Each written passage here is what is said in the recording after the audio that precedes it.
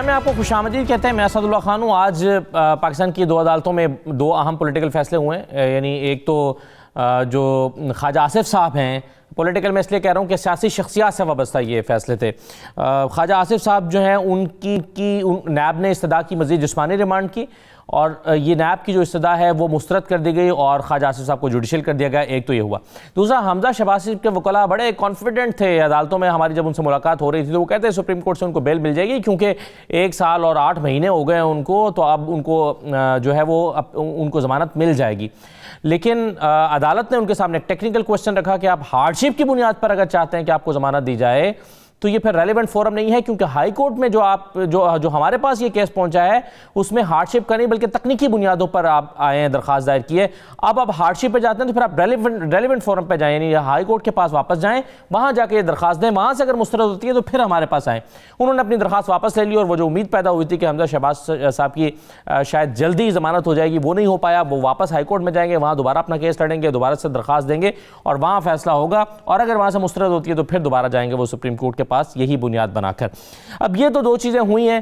اس کے ساتھ ساتھ جو سیاسی گفتگویں آج ہوتی رہی ہیں وہ تو ایک تو بڑی ہی دلچسپ صورتحال. بلاول نے اپنی اسٹریٹجی بالکل واضح کر دی.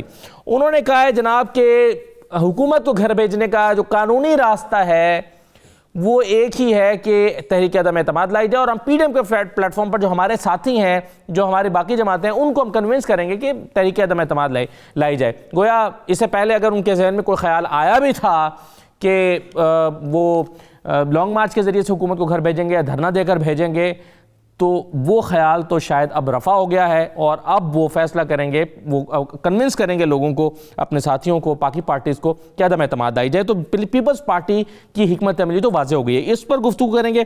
دوسرا، براڈ شیٹ کے حوالے سے جو کمیٹی بنائی گئی ہے، حکومت نے کمیٹی بنائی ہے، اس پر اپوزیشن نے سخت قسم کے سوالات اٹھا دیے ہیں، اور حکومت جو ہے وہ یہ کہہ رہی ہے کہ جناب یہ گھبرا اس لیے رہے ہیں کہ یہ براڈ شیٹ جو ہے یہ پاناما بننے جا رہی ہے.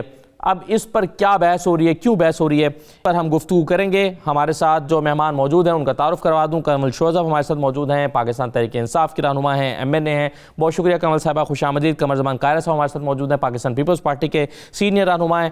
بہت شکریہ قاہرہ صاحب. اوریا مقبول جان صاحب ہمارے ساتھ موجود ہیں، اور ارشاد احمد عارف صاحب ہمارے ساتھ موجود ہیں. تمام مہمانوں کو خوش آمدید. سب سے پہلے میں قاہرہ صاحب کو، بلاول صاحب کا ایک چھوٹا سا کلپ سنوانا چاہوں گا، اور باقی تمام مہمانوں کو بھی، اور پھر میں چاہوں گا کہ قاہرہ صاحب سے گفتگو کا آغاز کیا جائے. ذرا سنوائیے بلاول صاحب نے کیا کہا ہے. پاکستان ڈیموکریٹک موومنٹ کے پلیٹ فارم سے ہم اس ناجائز، نالائق، نااہل حکومت کو گھر بھیج دیں گے. جمہوری طریقہ یہ ہے کہ ہم عدم اعتماد لے کر آئیں.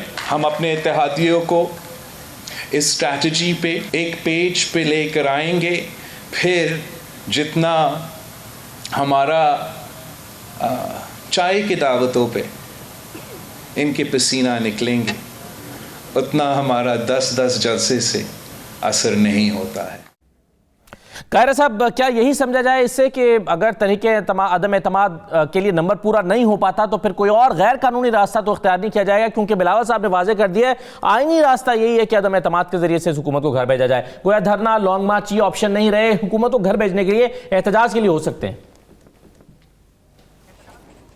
گزارش یہ ہے کہ پیپلز پارٹی کا ایک بڑا واضح موقف ہمیشہ رہا. ہم نے تاریخ میں کبھی بھی کسی غیر آئینی، کسی غیر قانونی اقدام کو سپورٹ نہیں کیا. جی، آج بھی ہمارا موقف یہ ہے کہ ہم جو کریں گے آئین اور قانون کے مطابق کریں گے. 20 پوائنٹس ہیں جس پہ ہم نے پی ڈی ایم کے ساتھ سارا کچھ سائن کیا ہوا ہے. اس میں استعفے بھی ہیں، عدم اعتماد بھی ہے، عدالتوں کے اندر جو مقدمات بھی ہیں، جلسے، جلوس، لانگ مارچ، ریلیز بھی ہے، لانگ مارچ بھی ہے. جی، ہم اس کے ساتھ کھڑے ہیں. اور ہمارے دوستوں نے اگر یہ کسی وقت یہ سوچا کہ وہ سینٹ کے انتخابات کا بائیکاٹ کر دے تو ہم نے ان کو کنوینس کیا کہ بائیکاٹ کرنا مناسب نہیں ہے. ان کے مشہور ہیں کہ انہوں نے ہمارے ساتھ اگری کیا، اور ہم سینٹ کا الیکشن کا انعقاد بھی ہوگا، ہم اس میں حصہ بھی لیں گے، بائی الیکشن میں بھی حصہ لیں گے، اور اس کے بعد ہمارا جو اس کے پیرللی ہمارے جو تحریک ہے لوگوں کو اس تحریک میں شامل کرنے کا کہ اس حکومت نے پاکستان کے لوگوں کے ساتھ کیے ہوئے جو وعدے تھے اس پہ ناکامی اختیار کر لی ہے، مکمل ناکام ہو گئی ہے، تو ہمیں ہر حال میں اس حکومت کو چلتا کرنا چاہیے. اس کے لیے لوگوں کو ہم نے ہموار بھی کرنی ہے، اس کے لیے بھی ہم کوشش کر رہے ہیں. تو یہ سارے processes at the same time اکٹھے کرنے کی کوشش کر رہے ہیں. صحیح ہے. اچھا قاہرہ صاحب، لیکن آپ بھی جانتے ہیں، اور آپ سے بہتر کون جانتا ہے کہ جلسوں سے اور احتجاج سے یا ریلیوں سے حکومت گھر جاتی نہیں ہے، اور پلس یہ ہے کہ آپ کے پاس عدم اعتماد لانے کے لیے نمبر پورا نہیں ہے. تو آپ پھر کیا مولانا فضل الرحمان صاحب جو یہ سمجھتے ہیں کہ پنڈی میں دھرنا دے کر یا کسی ایسی جگہ پر دھرنا دے کر حکومت کو گھر بھیجا جائے، تو یہ تو واضح ہے نا کہ بلاول صاحب اس کو تو غیر آئینی سمجھتے ہیں، اس کو سپورٹ نہیں کریں گے. تو پی ڈی ایم میں اس حد تک تو اختلاف موجود ہے. دیکھیے، ہمارے خلاف عدم اعتماد کی موومنٹ آئی بی بی شہید کے خلاف، وہ عدم اعتماد کی تحریک ناکام ہو تھی، حکومت نہیں بچی تھی. یہ یاد رکھیے، یہ پاکستان کی تاریخ ہے. یہی کہہ رہے ہیں کہ ہم عدم اعتماد کی تحریک بھی لائیں گے، ہم ان کے خلاف جو ان کی غلط کاریاں ہیں ان کو بھی سامنے لائیں گے، ہم براڈ شیٹ میں آنے والے ہیں کو بھی سامنے لائیں گے، اور اس قوم کو بتائیں گے کہ یہ فاشسٹ حکومت بنیادی طور پہ اسٹیبلشمنٹ کے سہارے کھڑے ہو کے صرف پروپیگنڈے کی بنیاد پہ اپنے آپ کو قائم رکھنے کی کوشش کر رہی ہے. ٹھیک. ورنہ اس کے پاس کچھ نہیں ہے. کی بنیاد یہ ہے کہ حقائق اس قوم کے سامنے رکھ کے ہم ایک پبلک پریشر بلڈ کریں گے ٹھیک. جو الٹیمیٹلی جلسے، جلوس اور لانگ مارچ اور سینٹ کے انتخابات کے بعد لانگ مارچ کا فیصلہ بھی کریں گے. ٹھیک. اور اس کے بعد یقیناً لانگ مارچ کامیاب ہوگا. قاہرہ صاحب، ارشاد عارف، السلام علیکم. جناب قاسم مزاج، اچھا گزارش یہ ہے، جب آپ نے یہ فرمایا ہے کہ عدم اعتماد بھی ایک آپشن ہے، اور پھر خود بتا دیا کہ محترمہ کے خلاف جو تھی عدم اعتماد کی تحریک وہ بھی ناکام ہوئی، بلکہ حال ہی میں جو سنجرانی صاحب کے خلاف عدم اعتماد کی تحریک تھی جہاں اپوزیشن کی اکثریت ہے سینٹ میں، وہ بھی ناکام ہو گئی. یہ تو ایک صاحب آپ جانتے ہیں نا، جی بی بی شہید کے خلاف اس تحریک کا ناکام ہونا اور محنت تھی، جی سنجرانی صاحب کے خلاف اس کے ناکام ہونے کا اور نہیں میں یہ وہ فرق اپنی جگہ پہ. اور اگر مؤخر ذکر معنی استعمال کیے جائیں تو پھر عمران خان کے خلاف تحریک عدم اعتماد کامیاب ہونا بھی مشکل ہے. موجودہ میرا سوال اور ہے، وہ یہ ہے کہ جب آپ کہہ رہے ہیں کہ استعفوں کی آپشن ابھی بھی موجود ہے، جب آپ ضمنی الیکشن میں بھی حصہ لے رہے ہیں، جب سینٹ کے انتخابات میں بھی حصہ لے رہے ہیں، تو یہ اس لیے تو آپ اپنے ممبران منتخب نہیں کرانا چاہتے قومی اسمبلی، صوبائی اسمبلی یا سینٹ میں کہ وہ استعفیٰ دیتے ہیں، تو اس کا مطلب ہے استعفوں کا آپشن بھی آپ ترک کر چکے ہیں. دیکھیں عارف صاحب، آپ نے اس ملک کی تاریخ کا آپ شاہد ہیں نا. جی میں اس کا ایک طالب علم ہوں، آپ اس میں سے گزرے ہوئے ہیں. سوال یہ ہے کہ استعفوں کا آپشن تو ایک آخری آپشن ہے، وہ تو ایک ایٹم مب ہے نا. ہم آخر میں اس کو استعمال کریں گے، اس وقت استعمال کریں گے جب ہم سمجھتے ہیں کہ سب کچھ حالات تیار ہو گئے اور اب یہ آخری آپشن ہے. یہ استعمال کرنے کے بعد یہ حکومت دھڑ تختہ ہو جائے گی. یقیناً یہ استعفوں کا آپشن تبھی استعمال ہوگا. ہماری کوشش یہی ہے، ہم اپنے دوستوں کو اس پہ قائل کر رہے ہیں. ان کا خیال ہے کہ ہم پہلے استعفے دے دیں، ہمارا خیال ہے کہ ہم تب استعفے دیں جب دوست قائل ہو رہے ہیں. سر ایک منٹ سر، لیکن گزارش یہ ہے کہ اس وقت مہنگائی نے، بے روزگاری نے، روز بڑھتی ہوئی قیمت اشیاء طرف کی قیمتوں نے، تیل کی، گیس کی، بجلی کی قیمتوں نے عوام کی زندگی میں زہر بھر دیا. تو لوگوں کی زندگی کے ساتھ بڑھے جانے والے زہر کو اس کے ساتھ ریلیٹ کرنے میں یہ ہمارا ایک کوشش ہے. ٹھیک ہے. اور اس کے ساتھ ہی